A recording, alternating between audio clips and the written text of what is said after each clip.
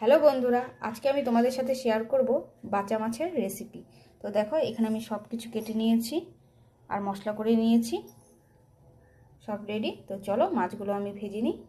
গরম হয়ে গিয়েছে, তো একে একে আমি এখন মাছগুলো ছেড়ে দিই। তো দেখো বন্ধুরা, মাছগুলো আমি ছেড়ে দিয়েছি। তো মাছগুলো প্রথমে আমি ভেজে নেব। তো দেখো বন্ধুরা, আমার এখানে মাছ ভাজা হয়ে গেছে। তো মাছগুলো প্রচণ্ড ফুটছিল, সেই জন্য আর ভিডিও করতে পারিনি, তো নামিয়ে নিয়েছি। আর দেখো কড়াইতে জিরে, তেজপাতা আর শুকনো লঙ্কা ফোড়ন দিয়ে দিয়েছি। এবার আমি আলুগুলো ছেড়ে দেবো। তো বন্ধুরা দেখো, এখানে আমি লাল লাল করে আলুটা ভেজে নিয়েছি। এবার আমি মশলাগুলো রেখে দিয়ে দিব।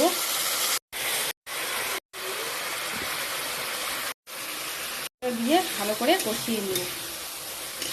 তো মশলার মধ্যে দিয়েছি জিরে গুঁড়ো, ধনিয়ার গুঁড়ো, আদা, পেঁয়াজ, রসুন বাটা আর কাশ্মীরি লঙ্কার গুঁড়ো আর সামান্য চিনি দিয়ে দিয়েছি। আর ভালো করে আমি মশলাটাকে কষিয়ে নিই।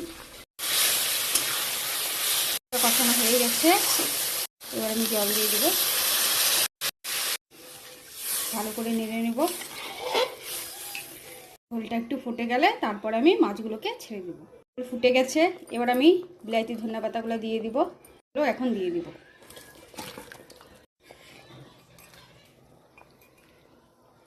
ছেড়ে দিয়েছি, এবার ঝোলটা ভালো করে ফুটে গেলে নামিয়ে নেব।